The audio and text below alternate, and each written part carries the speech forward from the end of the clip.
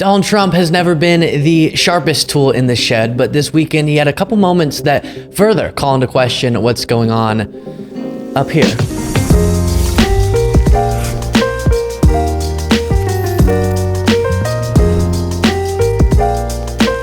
But remember, Republicans eat their young. They really do. They eat their young. Terrible statement, but it's true. That is Donald Trump claiming that Republicans eat their young.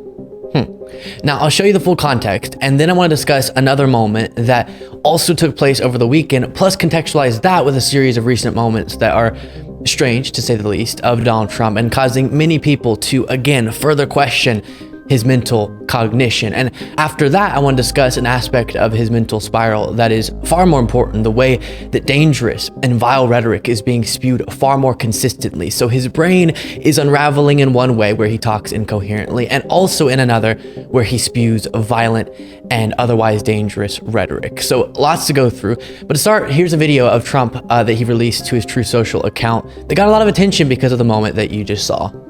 I understand candidates that are losing by 57 to 70 points are getting together with Rhino Paul Ryan, Mitt the Loser Romney, Bill No Guts or No Talent Barr, and some broken political investors that will soon come to me, as most others already have. These failed candidates should have started by campaigning effectively, which they didn't because they really don't have the skill or the talent to do so. Romney, who today couldn't get elected dog catcher in the great state of Utah, should have beaten an absolutely failed first-term Obama. Should have beaten him very easily. If he and Rhino Paul fought as hard against Obama as they do against President Donald J. Trump, they would never have lost. They would have beaten Obama. But remember, Republicans eat their young. They really do. They eat their young. Terrible statement, but it's true. And that's the problem with so many in our party. They just don't have the loyalty and the strength to stick together. They go after people who are on their side rather than the radical left Democrats that are destroying our country. Now, of course, hilarious. And yes, if Biden posted something saying Democrats eat their young, Republicans would use it as justification to call him in a state of mental decline and senile. But of course, that's just one moment. So maybe he meant to say eating their own and said eat their young twice. Not a big deal. But again, there's context to this. He's had moment after moment like that one in recent months that shouldn't be ignored. Here's him also over the weekend, once again confusing Obama with Biden. But I know you never paid, under your administration, you guys never paid ransom. Right, it's all coming through Iran, and Obama he doesn't want to talk about it. He doesn't want to he doesn't even mention them in his statements.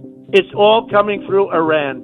But you mean President Biden. So, but right now... I also mean Obama. What do you mean? I mean Obama and Biden, but Obama is Biden's boss, in case you didn't really know that. Now, you heard his immediate pivot to, oh yeah, I said that because I think Obama is controlling Biden. And I think I have an origin story for Trump perpetuating that idea, which in the moment, of course, was just him trying to figure out how to justify the bizarre thing he just said. But he's been doing that pretty consistently, which only started somewhat recently. At a recent speech, he had this moment that I think has caused him to retrospectively justify it by saying Obama is really in control, a talking point that so many of his followers have told me over the years when I interview them at rallies.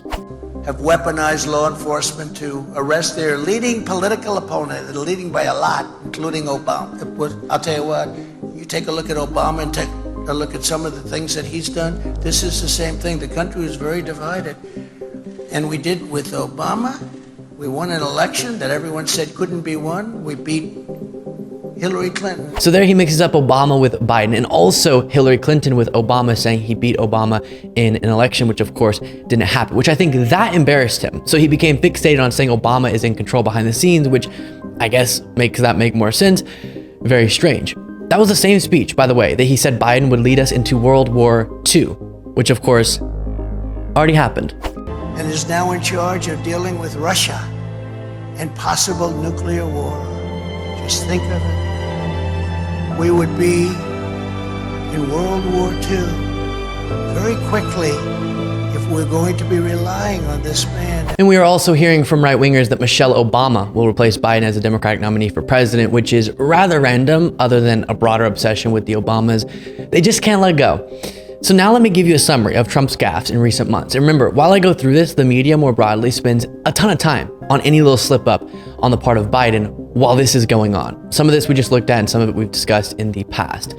Trump said Republicans eat their young. He confused Obama for Biden. He confused Obama for Biden. Again, he claimed to have defeated Obama in an election. He claimed Biden will lead us into World War II. He confused Jeb Bush for George W. Bush. He said that he has a better body than Biden. That's not a gaffe. It's just weird.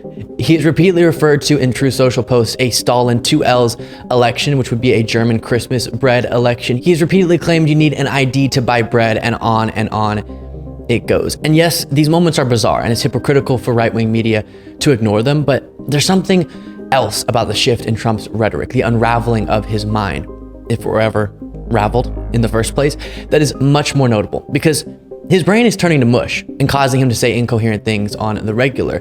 And also his mind is spiraling and making him more severe in his dangerous rhetoric. I want to put in one place a list of recent dangerous remarks Trump has made to give you a sense of the concerning nature of this. Because we discussed them here and there, but when you see them all back to back, you realize the significance that much more. And I think this is being caused by the internal panic about the upcoming election and his legal troubles. So he's turning up the heat on numerous subjects. So on one end, you have his rhetoric, as we just looked at, becoming more and more incoherent, and on the other, more and more dangerous. So let's go through a few of these moments. First, during an interview with Raheem Kassam of the National Pulse, Trump said this about migrants. Nobody has ever seen anything like this, and I think we could say worldwide. I think you could go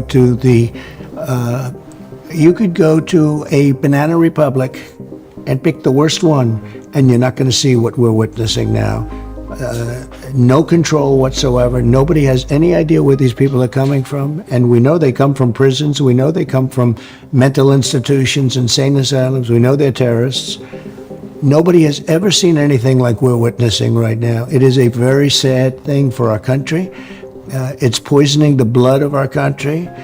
It's so bad, and people are coming in with disease. People are coming in with every possible thing. The Anti-Defamation League responded to that clip saying the remarks were, quote, racist, xenophobic, and despicable, insinuating that immigrants are poisoning the blood of our country, echoes nativist talking points, and has the potential to cause real danger and violence. We have seen this kind of toxic rhetoric inspire real-world violence before in places like Pittsburgh and El Paso. It should have no place in our politics, period. And that's, of course, exactly the case, dehumanizing and dangerous. And we've seen what insane individuals are willing to do to other human beings when they subscribe to that ideology, as the ADL pointed out. By the way, many people, including historians, have pointed out how this language directly mirrors that of Hitler, as the New York Times writes. In Mein Kampf, as noted by the website Midas Touch and amplified by others, there are several passages in which Hitler uses the words poison and blood in attacking people he deemed a threat to the purity of the Aryan race. In a chapter titled Race and People, Hitler wrote, all the great civilizations of the past became decadent because the originally creative race died out as a result of contamination of the blood. And in another passage, he links the poison which has invaded the national body to an influx of foreign blood. Mr. Trump has long had a Hitler fascination, the New York Times continues, according to biographers, news articles, and books about his presidency. His bedside table once held a copy of Hitler's speeches called My New Order, a gift from a friend, which Ivana Trump, his first wife, said she had seen him occasionally leafing through. During a trip to France in 2018, Mr. Trump told his chief of staff, John F. Kelly, quote, well, Hitler, Trump said, did a lot of good things. According to the journalist Michael C. Bender, now a New York Times reporter, in a 2021 book on the Trump presidency, Mr. Trump, of course, denied making the remark. Trump knows, by the way, what he's doing. I would call it a dog whistle, but that is obviously an understatement. And then moving on, also recently, the leading presidential candidate and presumptive nominee of the pro-military for the troops party, as they'd call themselves, essentially called for the execution of his former top general, Mark Milley, a man who has dedicated his life to loyally serving our country and Constitution. As a reminder of this message, we've looked at it on the show a few times. Trump wrote on Truth Social, Mark Milley, who led perhaps the most embarrassing moment in American history with his grossly incompetent implementation of the withdrawal from Afghanistan, costing many lives, leaving behind hundreds of American citizens, and handing over billions of dollars of the finest military equipment ever made, will be leaving the military next week. This will be a time for all citizens of the USA to celebrate. This guy turned out to be a woke train wreck who, if the fake news reporting is correct, was actually dealing with China to give them a heads up on the thinking of the President of the United States. This is an act so egregious that in times gone by, the punishment would have been death. A war between China and the United States could have been the result of this treasonous act, to be continued. And he's referencing Mark Milley and other top military leaders at the time having to reach out to their counterparts in China and say, despite the chatter you were hearing that indicates Trump may attack you, despite the fact that Trump is humiliating the country with insanely erratic behavior as he nears the final days of his presidency, despite the fact that he's currently attempting to stay in power by any means necessary, even though he lost the election and you fear that he may attempt to start a military conflict to keep himself in power, all's well, he's not going to strike you, we're keeping things stable. That was the message from them. Milley, Esper, and others were not violating the Constitution, but protecting it. Not to mention doing Trump a solid, trying to keep things stable and prevent China from acting erratically in response to Trump's behavior. In reality, as I've noted, Trump is really calling for the execution of Mark Milley because reporting indicates Milley is privately warning of the danger of Trump. That is what this is really about. And like an authoritarian, Trump thinks the punishment for dissent against him should be death. And wait, there's more. Trump said this about Paul Pelosi at a recent speech. And we'll stand up to crazy Nancy Pelosi who ruined San Francisco. How's her husband doing, by the way? Anybody know?